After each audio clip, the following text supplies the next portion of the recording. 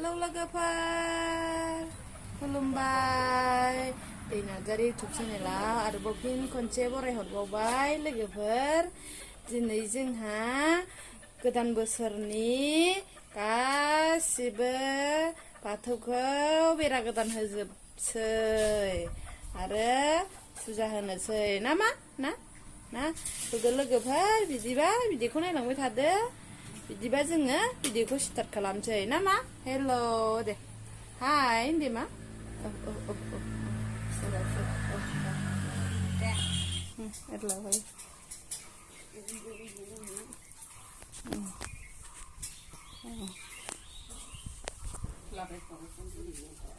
नों मा मावगासिनो थांनानै फैहांबाय आं जुगाय फुखांदों दासो नै जोंहा लाहार फाहार खालामगासिनो फुजा होनो नामा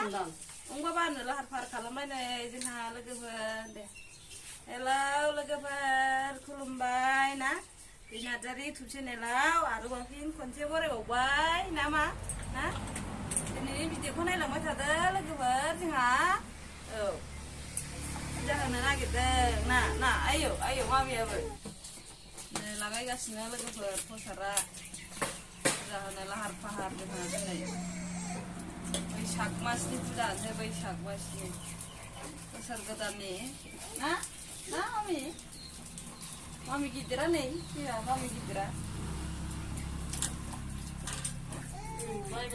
दासो लगायगासिनो दा नै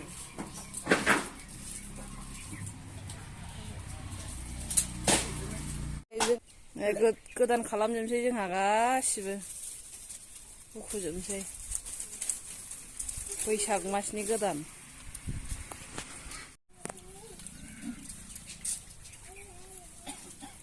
आइनिखौ ओरै एसे बोबावनानै बाय ओंखामजों संफायनो आराम जाबाय बेराया आवगायावनो होनदां गोदान बानायबाय नै दाना गोजामखौ गारनानै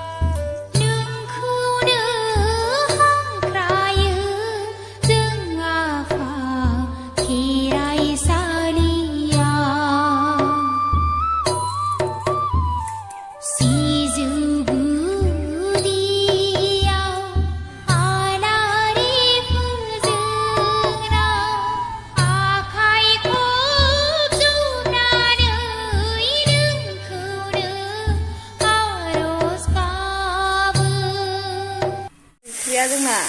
गासिबो मिरामिसजोब सबाय बिमा एवबाय नै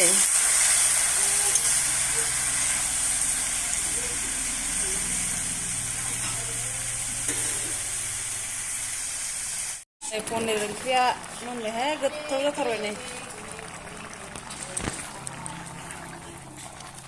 आलु पनिर टमेट' टेस्टि जाथारबाय नै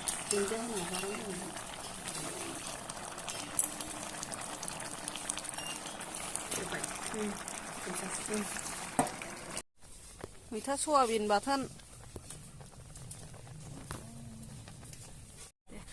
गोजोननाय थाबाय लोगोफोर औ जोंनि भिडिअखौ जोबजासे नायनायनि थाखाय सोरबाफोर जोंनि चेनेलाव गोदानै हाबफैदोंबा चेनेलखौ लाइक शेयार कमेन्ट बा साबस्क्राइब खालामना होदो लोगोफोर नामा दे बाय बाय होनदो बाय बाय बाय बाय